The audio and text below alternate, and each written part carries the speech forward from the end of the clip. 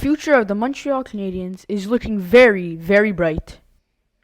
In this video, guys, we're going to be covering three things: prospect development, free agent signings, and drafting. This will predict when the Montreal Canadiens will be competitive and the future that the team has in the playoffs, the deep runs that they might make, and everything like that. So guys, let's get right into this video. Montreal has this type of prospect development, and not even prospect development, but player development that no other team has.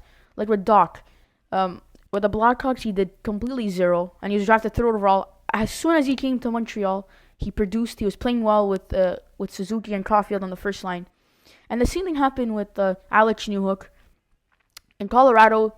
I mean, he wasn't doing all too much, and his expectations were starting to lower.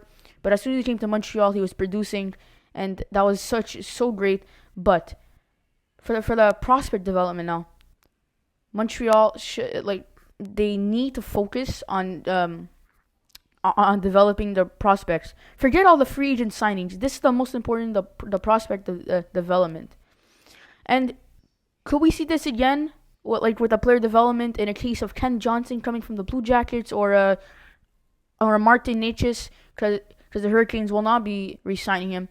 So could we see that again, where Montreal, takes a player who's in desperate need of a change, turns them into a good offensive threat, and will help the team in the future?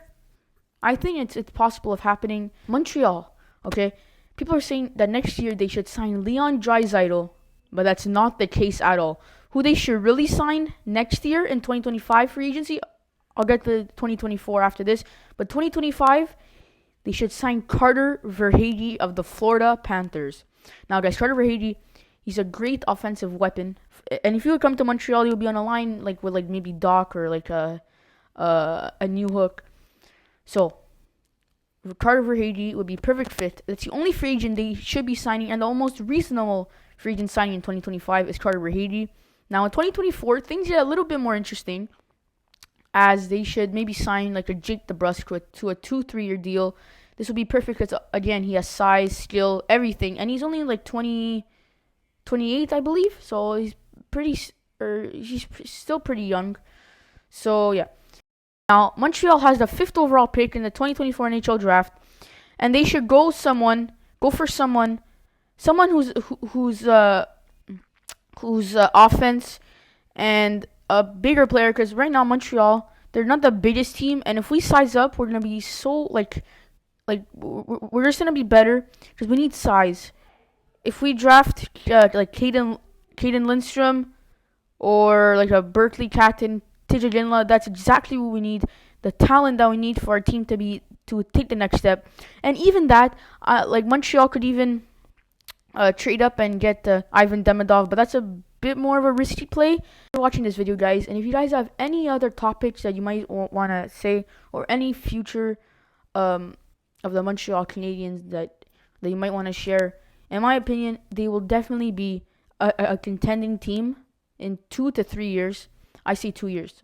2 years is the perfect fit. The players like Slavkovsky, Suzuki, and Caulfield are all gonna progress great, and they'll be right at the top and in their prime. So future's definitely looking bright, especially if we get a Ken Johnson or a Martin Necas or a Jake DeBrusk or even a Carter Verhaeghe. It will be perfect for the Montreal Canadiens, and our future is definitely on the bright side. Thanks.